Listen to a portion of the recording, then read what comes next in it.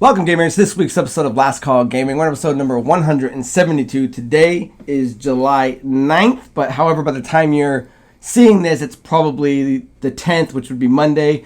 A little bit behind on schedule. My name is Craig Perales. Joining me today, as always, Mandrew Montemayor. Guys, we want to start by saying apologies that there was no episode for last week, but last week was the big 4th of July event. Andrew and I both had a bunch of friends and family in town, so we figured, you know what, enjoy the weekend, enjoy the holiday, have some fun. I know your brother and stuff came in town. Do you have fun? Yeah, I had a good time. It's finally getting like crazy hot out here. For those of you that don't know where we live, it gets up to like 115 every day, 120.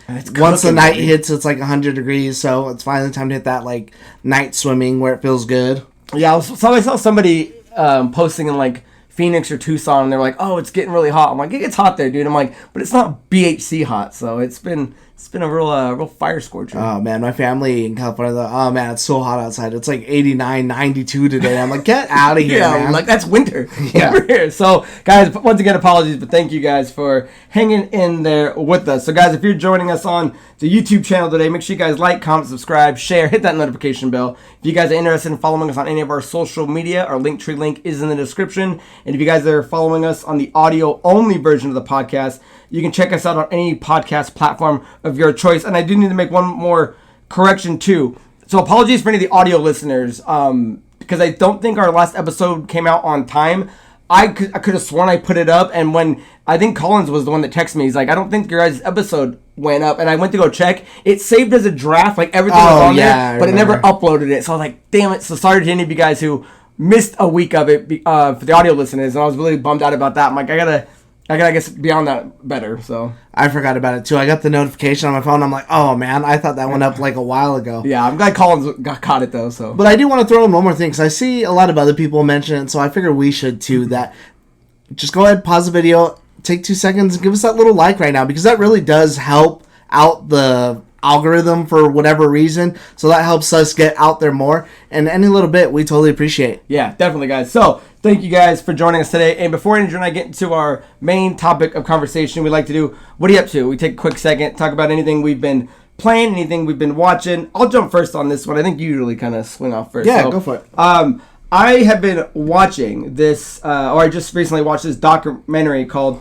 Pretending I'm Superman, the Tony Hawk video game story. It came out in 2020. It's on Amazon right now if you guys are interested in checking it out. And it's pretty much the story of how Tony Hawk kind of came into getting Tony Hawk Pro Skater off the ground. It kind of shows the highlights, that how much of a juggernaut number 1 was when they did it, how awesome 2 was. I think 3 and 4 is kind of when it started hitting its peak. And then kind of almost the downfall of when they did 5, and then they started getting into like the boards, like Shred or whatever it was called.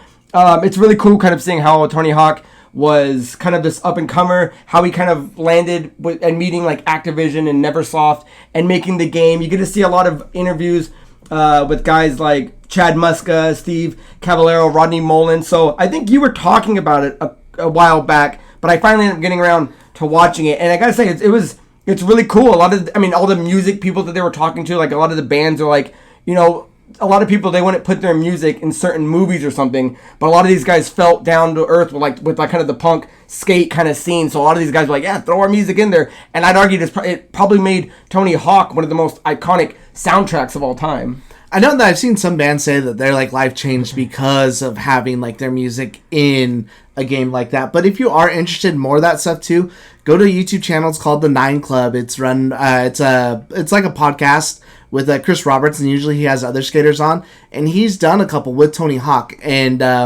you don't have to watch the full thing. They have a couple like short ones too, so you could look it up, like Tony Hawk Game or whatever, where Tony Hawk does go into a little bit of how much he made from some of the games, how it changed his life, and some of the other stuff in there. And they've gone over that too on some of the podcasts, and it's like really cool. And they even talk about how, I'm not sure if I mentioned this, how he was the person at first in some of the games that was advocating, like, no, these pro skaters, like, they're professional athletes, you're going to pay them this much. You're not just going to get, like, lowball them, just have their name in a game. I don't know if they mentioned that in there. Yeah, they get into that. They do a whole thing of how it got more girls into skating, people of color into skating. It was really just a big push for what used to be, like, an underground scene to now an Olympic sport. So, yeah, it's really good on kind of the evolution of not only the game, but as the skating scene as well. I love that. I've been meaning to watch that, and I completely forgot about it. Yeah, so as far as what I've been playing, after I just finished big Final Fantasy 16, which I'll talk about in a second, I kind of just wanted something chill to play, something I can listen to a few podcasts. And I was just showing Andrew the game because I don't know if you've actually seen it in action, which is Harvest Moon. That's on the SNES. It's on the Switch collection. Harvest Moon, if you guys aren't familiar with it, is known in Japan as Farm Story. Is a farm simulation role-playing video game developed by Amkis for the Super Nintendo Entertainment System. The game was first released in Japan by Packin' Video in 96, and in North America by Natsume in 97, and in Europe by Nintendo in 98. And it's essentially just a rudimentary farming simulator game on Super Nintendo, which might sound boring to you if that's not something you're into, but as a Super Nintendo game, the music is solid. The color is solid. So it's still a game that 100% holds up. The reason I love it is I used to play, me and my brother Geno used to play it as a kid, and I don't think I've ever beaten it. And now that I'm kind of in like a downtime, I'm just kind of playing this game. It's something easy to play. There's 3 years worth of the game, and every season is represented in 30 days. And I just started my second year. I got some cows. I got some chickens going on. I don't know. For me, it's a lot of fun, and I'm catching up on a bunch of podcasts. I just showed you. Were you familiar with it at all, really, before that? I know because we did talk about it, and Andrew and I did a top 5 SNES games, if you guys want to check that out. And I threw it on that list, but I don't know if you've ever actually seen it in play. No, I was telling Craig, for some reason, I thought, like, I knew about the farming stuff, but I also thought there was, like, JRPG elements in it, like you had to, like, fight monsters. Fight monsters, like, out of the farm. I thought that's what kind of game it was, so no, I don't know. I mean, I'm glad you're playing that instead of, Resident Evil 4 Remake or Elden Ring. I'm coming. I'll talk about that in a second when we get into those. But, just for a shout out, because there's also, I think it's called Story of Seasons or something, but there is a new Harvest Moon game that's on the Game Pass that is more, way more intricate and has a bunch of other elements. But for an old school, 16-bit Super Nintendo game, for me, this was a ton of fun. No, it looks really good. Like, even just sitting here, I was enjoying you playing it again because it's that bright, vibrant Super Nintendo, nostalgic. The music, it is good. Yeah, the mark at the time that Super Nintendo was just a powerhouse. So that's what I've been playing. That's what I've been. That's what I recently watched. So, what have you been up to, good sir? As far as what I've been doing, I had family down, so I didn't really watch too much. But lately, I've been binging SWAT, and that actually is all on Netflix now. I think it's like 7 seasons long, and it's actually like a really good show. I didn't realize it was kind of a continuation of the movie, sort of like it still has Hondo and like Colin Farrell's character, like Jim Street, but it's like a different version of them, but still the same people. And I think it's a continuation of like the old like SWAT show. But I just really like watching. So there's 2 SWAT shows? There's like an old one that's like from like the like 60s or whatever. Oh. But they still use like the same theme, like the da-na-na. I thought you were saying it was a spin-off or a continuation of the movie. No, all of them are. So it's all connected. All of them are supposed to be like connected or something. Cool. When I like looked it up, Christina got me into it because she just started watching it because she said I like watching it because she really enjoyed watching me play Rainbow Six Siege, and that's almost like what you're watching is just like a real life version of it because you're using all these gadgets and whatever. So I think it's a really cool show. I think it's like obviously not as hardcore as like a Law and Order is, but they're solving crimes and doing whatever, plus all the gadgets, and you have their obviously interpersonal stories and stuff. So I'm really enjoying it. I definitely would recommend it to anyone who likes watching stuff like Law and Order, like Blue Bloods or anything like that. It was on? Netflix right now. Because I know Denny was talking to me about it, and he's like, yeah, I've been cruising through that. I'm like, I think Andrew was digging it too, so I'll give it a try. Dude, it's such an easy show. Just put on, you can be on your phone, and then you're just like lying there and like really get into it once the plot takes off. Excellent. And then as far as playing anything, I actually finished the Castlevania Advanced Collection. So that's Castlevania Circle of the Moon, Harmony of Dissonance, Aria of Sorrow, and then Dracula X. I think I'm only missing like 3 achievements. I just didn't want to go back and do some of the other ones because one of them's like a little grindy where you have to collect, I think, every soul of every enemy in the game, and you don't get them instantly from killing them. So there's some enemies you're sitting there going back because there's a couple you need for the good ending, and just without doing like going the extra mile to get the stuff so you're more likely to get it, it took me like 20 tries just going back and forth, back and forth, back and forth, back and forth. I'm like, dude. So you're waiting for it to like pop up or something? Like you kill it and then it'll like light up and then it like kind of flies into you and it gives your person a special power. And this is just for Aria of Sorrow, because all the games are connected together, and so there is one of them, I forget what it was called, but it's like, get all the achievements for all the Castlevanias. So I'm like, okay, well, I'm obviously not going to do some of these. Yeah, so I'm only missing like 3 of them, but I really liked them. If you're looking for something, around that era to play or something more Symphony of the Night, I think Aria of Sorrow was the best of them. They all do something like a little bit different. Circle of the Moon was like short and to the point, so I actually really enjoyed that one. Harmony of Dissonance had like a really cool magic card system because you get these cards and they're all based on like the zodiac, so you can mix like Jupiter with Mercury and that's fire, but then if you mix Jupiter with like Saturn, your dude will throw out like air size or something. Like that. And so cool. you can do all kinds of different things, and it's not even just for attacks. Like some of them give you defense, if you're just standing still and you mix them, it'll like make your health go up. And others just make it so that way your whip will extend twice the length. So the card system was actually really, really cool. I really like that. And then Aria of Sorrow was more like Symphony of the Night. And that's where, like, you know, you're just going around, you're getting different weapons, different armors, and you're wearing whatever. So you might have instead of using a little dagger or fist, you have a sword or I like using the lances or weapons that are really long, so that way I can keep my distance while I'm hitting everything. And then Dracula X is just a remake of Rondo of Blood, and that's just like an old Nintendo game. And funnily enough, too, that's the one where Symphony of the Night begins, where you're playing as Richter, and you beat Dracula at the end, and then it switches to Alucard. The beginning of that game is the ending of that one. Oh, that's awesome. I love a good tie-in. Yeah, so it's really, really cool. I had a good time playing them. I think all in all, just to beat all 4 of them and get the achievements and grind it, yeah, it was like 20 hours. Either way, Wallachia is saved. What did we buy that for, 20 bucks? I think we got it for like 10, but I know it's on sale right now for 20. Yeah, so you get a nice little game package out of that one.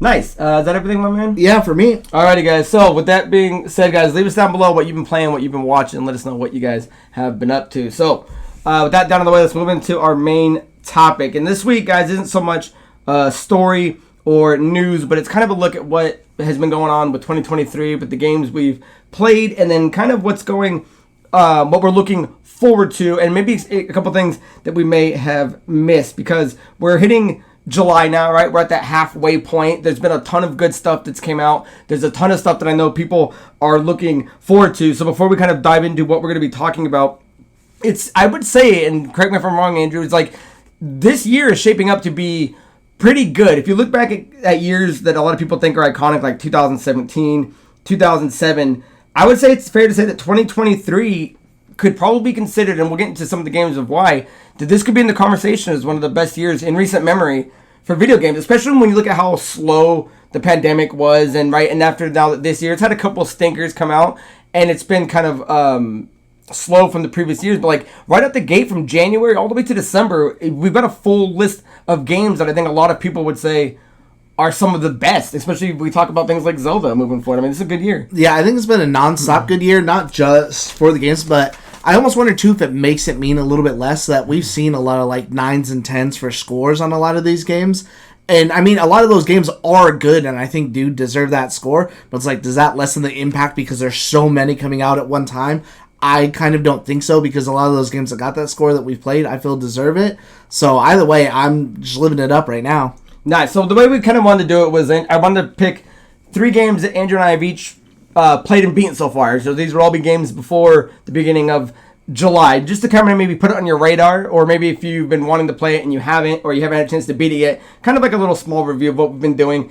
And then we'll dive into a game that maybe we missed on the calendar year that we're kind of still looking forward to go back to. And then at the end, we'll talk about 2 games that we're looking forward to that are coming still at the end of the year. But we're not going to include Starfield, because I think everyone's looking forward to Starfield. And there was already a huge 30-minute, 20-minute deep dive into that. So that's clear to say that we're definitely going to be playing it, especially being day one on the Game Pass. So, Andrew, why don't you start us off with the first game that you've already been playing in the first half of the year that people should definitely at least go back and check out if they haven't already. So my first one, especially if you're looking for like a good brawler, or for any of you Yakuza fans waiting for anything newer, is Like a Dragon Ishin. They pretty much just take all the characters, all your favorite people, and they put them in as these historical figures instead, in this in like feudal era Japan, and it's actually a story that happened in real life. Obviously it's a little over exaggerated as Yakuza is, but I had such an amazing time playing this game. I think that was my first big one out of the year that I really enjoyed. And again, just that brawling like Yakuza style, just that beat 'em up going from thing to thing in the over the top story, it was just so good. It was so much fun to play. Nice. So the first game, guys, that I wanted to discuss was Hi-Fi Rush. This game pretty much came out of nowhere. It got great scores, 10 out of 10 on Steam. Shadow drop. Yeah, big shadow drop. Hi-Fi Rush, was a rhythm-based action game developed by Tango Gameworks and published by Bethesda Softworks for the Windows and Xbox Series platforms. It was announced on January 25th, 2023, and released worldwide the same day. So yeah, big shadow drop. Kind of came up. No one saw it coming. Definitely different from what I think people expect from Tango Gameworks, and they 100% delivered on it. Not only is the game beautiful by its art design, I love the way they kind of told the story.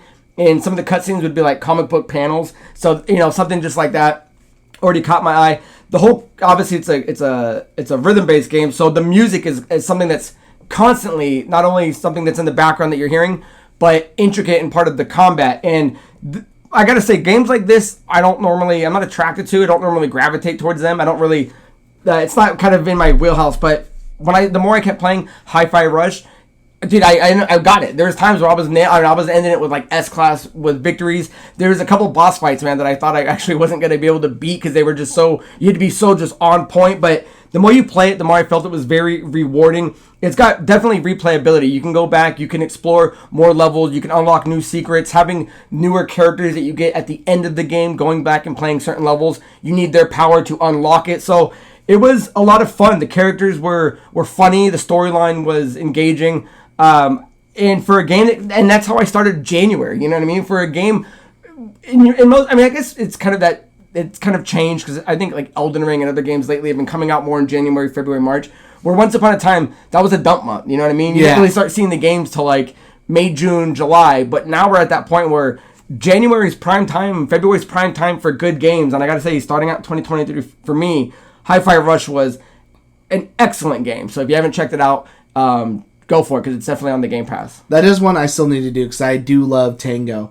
I forgot to mention, Like Dragon came out in February, so my next game came out March 24th, and this is the big Capcom game that everyone was worried about, but it came out and was absolutely amazing, and that's Resident Evil 4 Remake. Again, how do you remake a game that literally defined a generation? Most people say it's perfect. That it's perfect. Created what modern third-person shooters are, and that over-the-shoulder created that entire camera angle.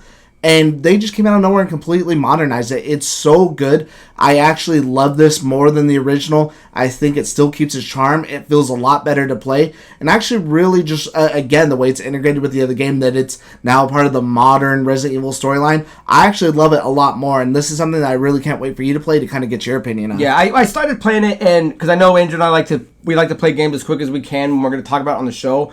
And Andrew was so much further in Resident Evil 4 than I was. I forget what came out right afterwards, but I accidentally put it down, which I hate doing, especially with games where you want to stay in the flow. But I remember coming off of that, it had an excellent demo that I think everyone was. The Chainsaw demo, I think it was called. I mean, just playing that, I think, was giving people goosebumps. So Resident Evil 4 is definitely.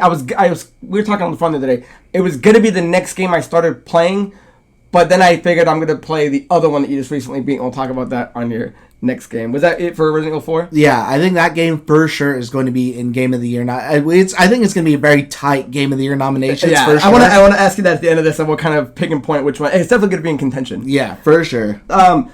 Let's see. So my next game that I want to give a shout out to is Hogwarts Legacy. This game, it was kind of up in the air. It had a lot of controversy surrounding this thing, and it 100% delivered, not only in the gameplay, but also the haters that I think were trying to tack onto it. So if you weren't familiar with it, Hogwarts Legacy is a 2023 action role-playing game developed by Avalanche Software and published by Warner Bros. Games under its Portkey Games label. The game, part of the Wizarding World franchise, takes place in the late 1800s, a century prior to the events chronicled in the Harry Potter novel. So that alone is something that Andrew and I always talk about. If you're going to be building on franchise games, licensed games, put it in a different era. Star Wars can't seem to do that on every one of their games, but the fact that Harry Potter was able to make this thing 100 years before, right? Take some liberties, make a new storyline, make a whole new enemy, make goblins kind of more of a thing instead of just making it more evil wizards, right? We got introduced to... They're just bankers. Yeah, we got introduced to this whole new character, and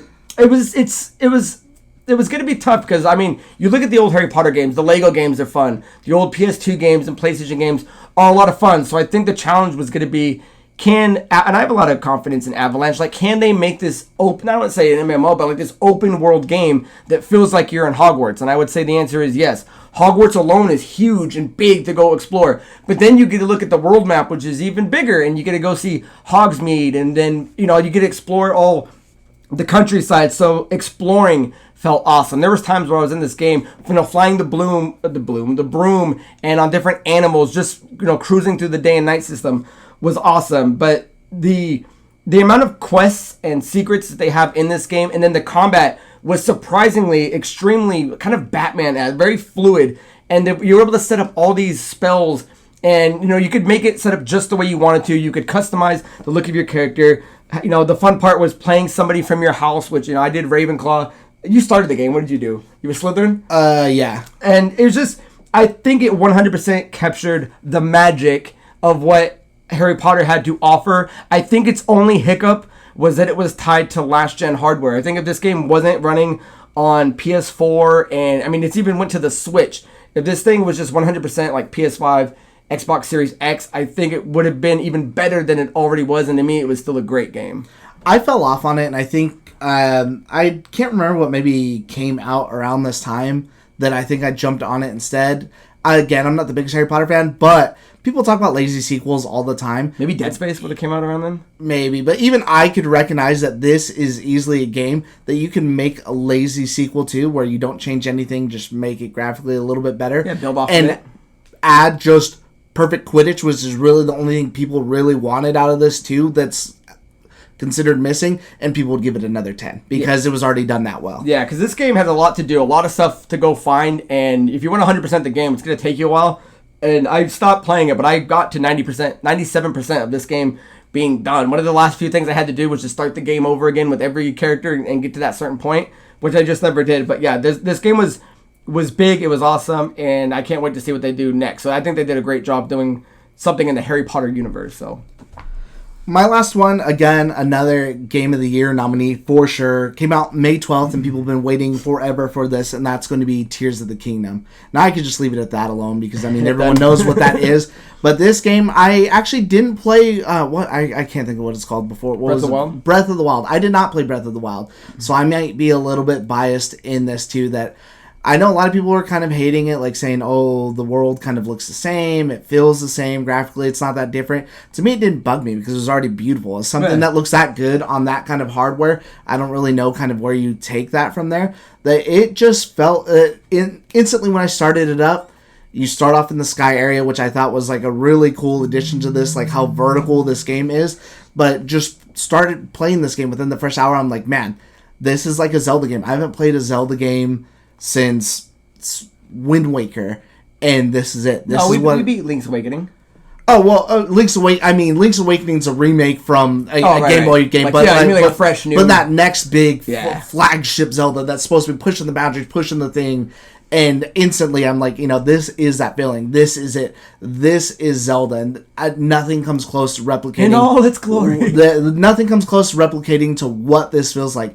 It just felt so good to play, that even though I felt some of the story was I don't want to say lackluster, but when you go to some of the areas, it's a little bit repetitive with how it explains it to you, that I'm like, I don't know why you didn't get 4 different angles of the same story. You get 75% of the same story from each one, and then 25% a little bit different, whereas I felt like they all could have told the same story from a different point of view, and maybe they were all doing different things, would have made it a lot better. But just the overall to it was really good, especially the lead up to Ganon. This version of Ganon actually might be one of my favorites. It's so good, especially I hear he's awesome. The way that you meet him, and then the way that it ends, especially some of his dialogue, is just so good. And I absolutely love this game, that it is my game of the year so far. I didn't think it was going to pass Resident Evil 4 for me, because I'm a huge Resident Evil fan. And Resident Evil 4 Remake, it's a perfect game. It's so good that I'm in love with this game. Okay, good. So now I was going to say, I was going to play Resident Evil 4 next, but I was like, you know what? I'm going to play Tears of the Kingdom, so I just ordered it on Amazon. It's going to be here like tomorrow or the next day or something. And that's, I think, going to be the next game. Because I think both of us had a time lapse on our next big games that, Exoprimal aside, I think September is the next time we were both looking forward to a big game. So I feel like July, August is going to be a good time to try to catch up on some games. And I'm hoping between now and then I can squeeze in Tears of the Kingdom, and then Resident Evil 4, which I know you should for sure be able to fit both. Yeah, so I wanted to do Zelda because I know that's going to be in confliction with my next game, which so far has been my game of the year, which is Final Fantasy 16, which is a 2023 action role-playing game developed and published by Square Enix, the 16th main installment in the Final Fantasy series, and it was released for the PS5 as a timed exclusive, but we don't even know what that means anymore because 7 was a timed exclusive and it's still locked down. But hey, daddy's waiting. Yeah, for me, I mean, I ran through that game, I don't want to say incredibly fast because I haven't put in sessions into a game like this in like 15-hour back-to-backers in a while. And this game is just so captivating. The storyline is so in depth, and that to me is what makes good Final Fantasy. So anyone, you keep reading all these things about, and we were talking about it off camera earlier, like all these people that run their mouth saying that this isn't a true Final Fantasy, to me is an idiot. This thing is 100% Final Fantasy. What is Final Fantasy? Yeah, through and through, and that's the whole thing. Final Fantasy changes from different game to game. every game. There is no identical Final Fantasy. So I can understand if you don't like the combat, because one of the biggest things is that it's no longer kind of role playing. There's not a real party system. It went to the hack and slash, and it's like, okay, if you don't like that, don't play it. But that does not make it. That doesn't mean it's not a Final Fantasy. You know how many other Final Fantasy games there are, like Crystal Chronicles and My Life is King? Like, Final Fantasy is what Final Fantasy is, and this is just a different combat system, and I'd argue it's one of the most fun, engaging combat systems I've had in a game. It's more fun to play than God of War combat system, and I'm a huge fan of God of War. The way they were able to tie in the icon powers and how you can kind of customize it exactly how you like, to me, I'm like, cool, this is I love this type of combat. And one of the things people are saying, like, there's no party members and this and that, and I'm like, okay, well, you got to understand, in this game, when someone dies, they die. There is no Phoenix down, right? So there is no party system to where if someone died, you can revive them, because people get murked in this game, and a death means something in this game, magic aside. So to me, I understood why it was a one-man team with a couple of NPCs here and there that will help you out. So I completely got it. But again, though, if the combat's not for you, I mean, and you're more into the story, this thing blows a lot of things out of the water. I was kind of talking to Cien about it because he's really the only one that's in our inner group that I know that's played Tears of the Kingdom and Final Fantasy 16. And I know he was saying that 16 story is outrageous, but I think he still said he lands on Zelda. So that's why for me, I'm like, okay, now I have to play Tears of the Kingdom, because now for me, I'm going to have to side by side these things and juxtapose what I like more about one versus the other. But I can't wait to hear that. Yeah, because again, one of the things I got to point out, and for you, I know you'd love, the music in this thing is epic, dude. And you can't talk about the music without talking about the boss battles. Like, they're both on a whole different level. So these things get epic, they get huge. And one of the things I just want to point out, a lot of people cry about the map, and they're like, oh, I hate how you can't travel around anymore, and they keep showing the kind of map and how it's set up.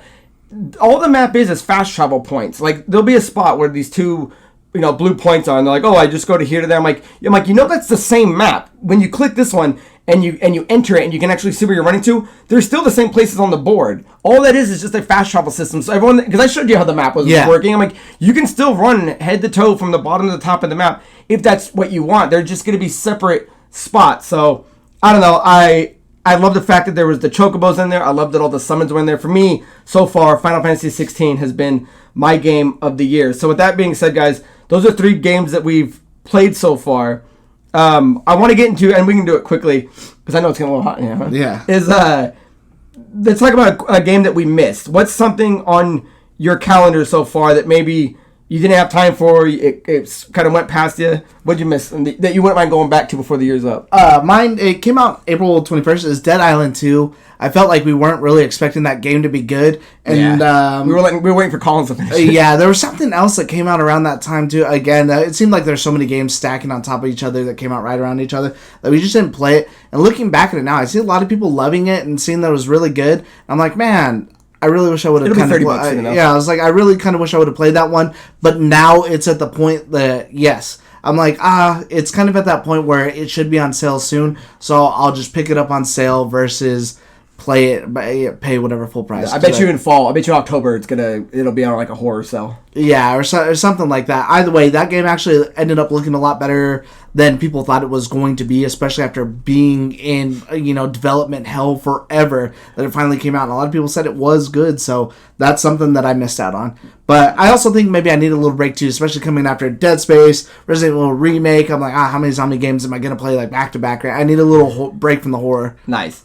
The game that I missed was, and I really, really wanted to play, and I'm hoping I still can do, was Octopath Traveler 2, which launched, and I know I missed it because it came out in February 24th, and that's when we were doing Hi-Fi Rush, Hogwarts, Dead Space, so it just kind of got mixed in the kerfluffle. And it's obviously the sequel to number 1.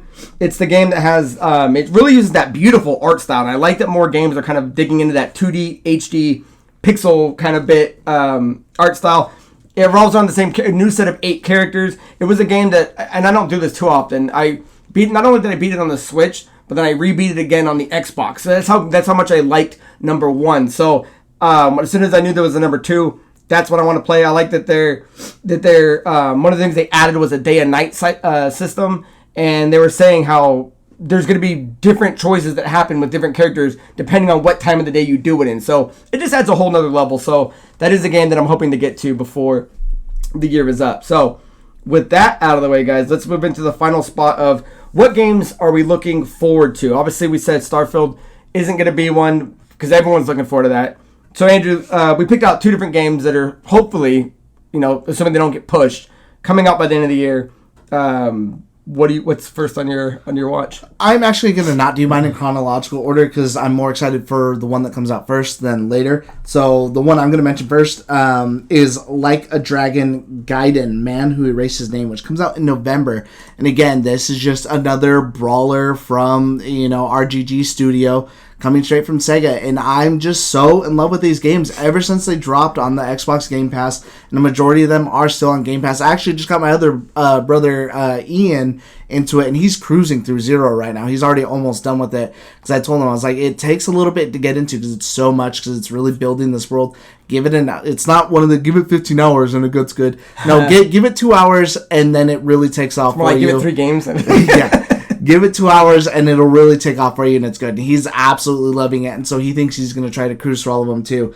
I'm a little bit cautious of this one just because 6 was supposed to end Kiryu's story, and then 7, he kind of makes an appearance in there, but he's not the main focus anymore. I'm like, what really more is there to really kind of tell? But I do love him as a character that I'm just kind of really open to anything for it, so that is my first one. Nice. And dude, you guys are getting so many of these games coming out. It's like once upon a time, Sega wasn't doing anything for us for getting them in the West, and now it's like, here's all of them, and here's 3 more in the next year. Well, the better part of it is that, so we got the 2 this year, and then when we get Infinite Wealth, which comes out at the start of next year, it almost it doesn't even matter, because Infinite Wealth, which is the mainline Yakuza's now, are going to be JRPGs going forward. So it's a completely different style of game now. It's like, I already wasn't bored of the brawler aspect anyways, but now it's just a completely, entirely different game in the same world that I absolutely love. Good universe. So yeah. The game I'm looking forward to first is Baldur's Gate 3, which is an upcoming role-playing game developed and published by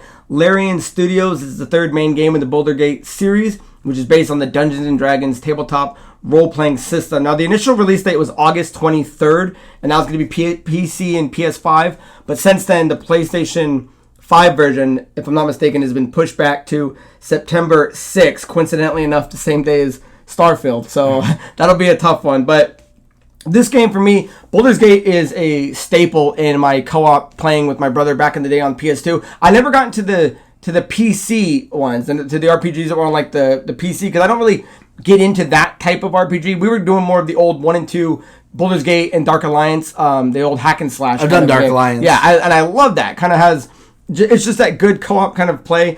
3 is kind of, it looks like it's mixing them both together. It is going to be a turn-based game, but it still will be co-op, because you can either play, I believe, with AI generated characters, or you can actually make a group and make your party and play with people online. So what they're saying is this is going to be as close to D&D via video game as you can get. And a couple things I was seeing is that, I don't know if you saw this, they were saying this thing has over 170 plus hours of cinematics. They're saying there's more cinematic scenes in this game than the entirety of Game of Thrones, or something along the lines that I read. Because what they're saying is there's so much in this game. It's almost like a Skyrim. You shouldn't do it all, or like, this game's gonna take you a lot of time if you want to see everything, which can be good or extremely daunting to other people. But to me, I'm like, yeah, let me play that. Geno was saying this might be a reason he buys a PS5, just so we can jump on Baldur's Gate and play together. So yeah, if you've been watching any of the trailers and stuff like that, this thing looks awesome, and I'm extremely looking forward to it. So yeah, September 6th for the PS5 version.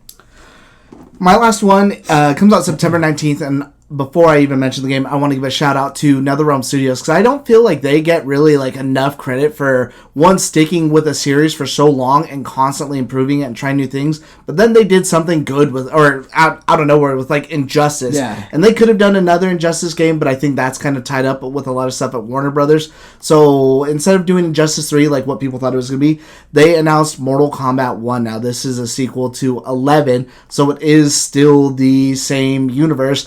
It is just another reboot, which is weird because 9 did, I guess you could say a soft reboot, because a lot of the same things still happen, but it was just a way for them to get rid of all the other stuff that had happened while retelling the main games of 1, 2, and 3, and then taking aspects of 4 and stuff and going from there. But now this is a completely new thing. Spoiler alert, for those of you who haven't done 11, I think you should go back and play it. Liu Kang is now a god of time and trying to remake this universe, but somehow things just, evil still finds a way and things keep going wrong.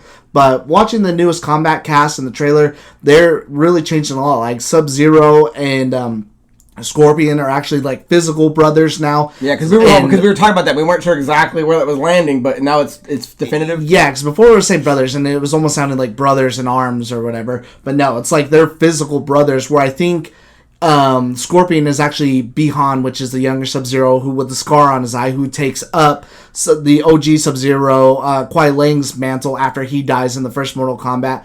So now who would die and become Noob Saibot? I don't know if there is a Hanzo Hasashi, which is Scorpion, or the Shirai Ryu, which is his clan.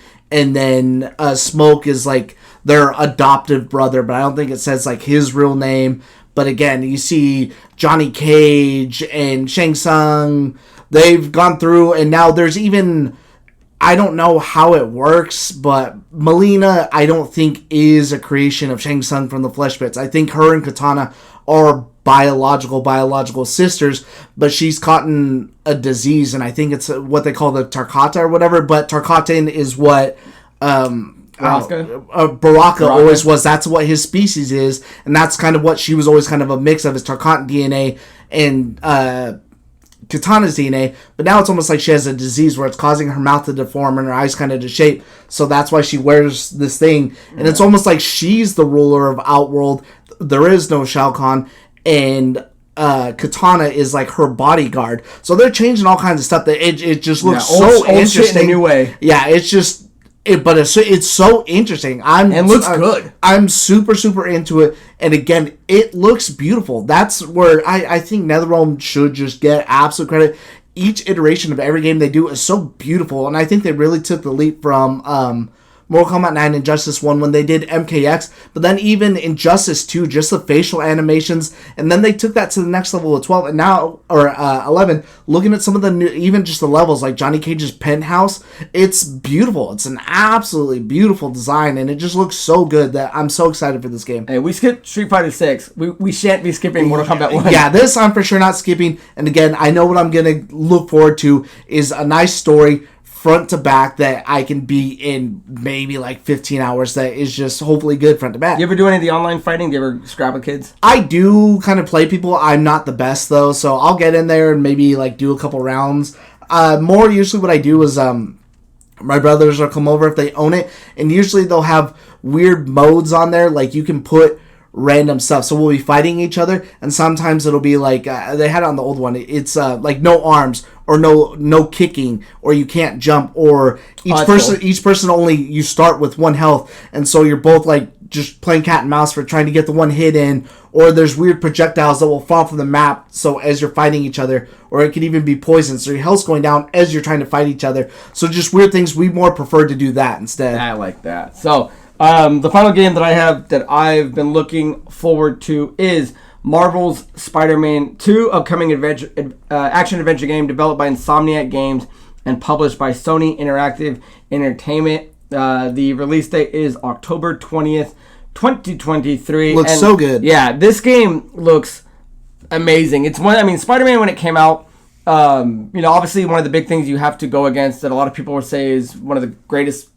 comic book games was Batman, right? That was a tough thing to go against. Batman came out of the gate and surprised a lot of people, and then Spider-Man comes out and you're like, wow, now we figured out how to do this. And then since then there's been games that are comic book titles like the Avengers, Guardians of the Galaxy, where it's just kind of like, okay, they're not all there, but Spider-Man being made with Insomniac was amazing. You could tell they were going to do more things, and they learned their lesson because a lot of people didn't care for like the Mary Jane stuff.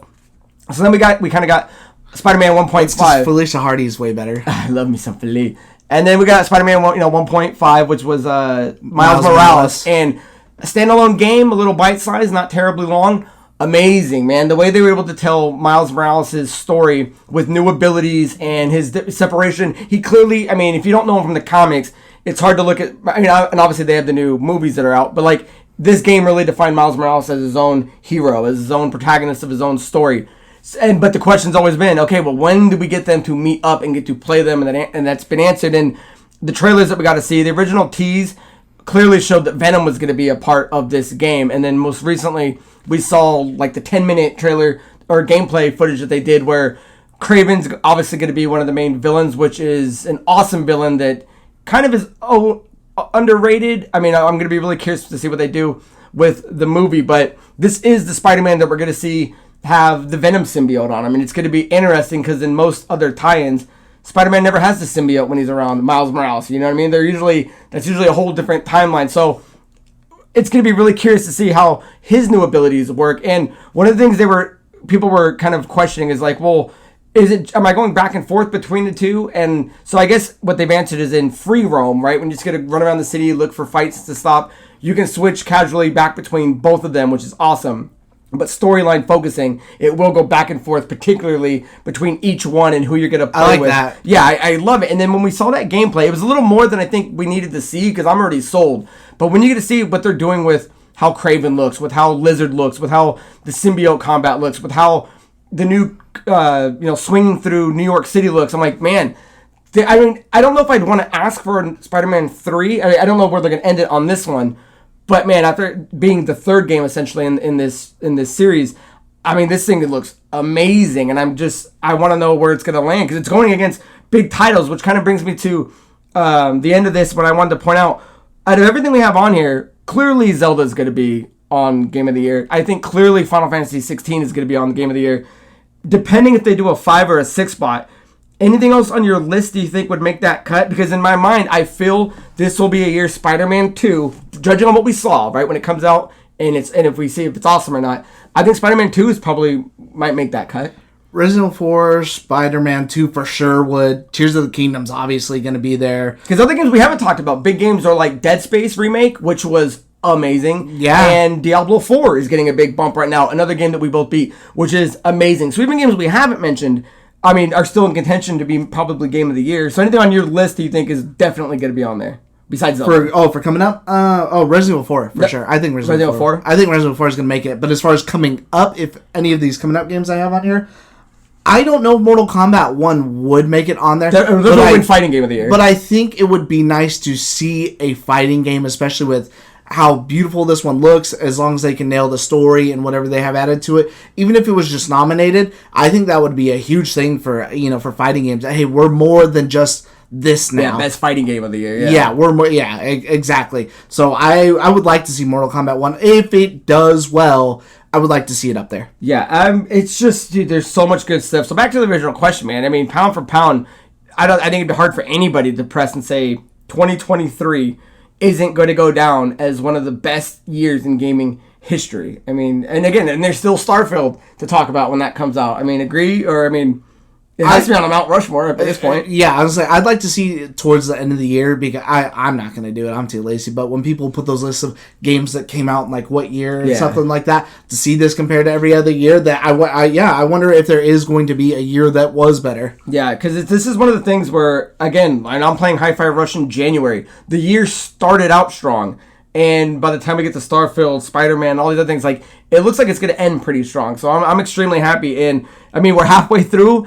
We've got, the other half of the race to run. And, I mean, from here on out, man, it's just going to be nothing but just game. I mean, I think right now that, since injured, I don't think a big game is still September. Right now, it's just a good time to just catch up and play a lot of these things. Do you think you'll do your missed game? No, because I've already decided on the other games I'm going to play in between that. Again, that one's going to be a sale for me. What about you? I think I'm definitely going to do Zelda. Definitely do Resident Evil. And then if there's time, I'll see if Sam wants to go halves on PS5 and do Octopath. Because I don't know if I can squeeze in all three of those before September. Because Octopath's going to be like a 50-hour game. Yeah, I was like, probably not. I mean, Tears of the Kingdom's already that long. Yeah, so guys, we're not going to do questions of the week this week. Because, I mean, again, we just wanted to talk about these main games. Get this episode out to you guys as quick as we can. So guys, that is the end of episode 172. Join us later this week when we do episode 173, guys. Until next time, my name is Craig Perales. This is Mandrew Montemare. Cheers. See ya.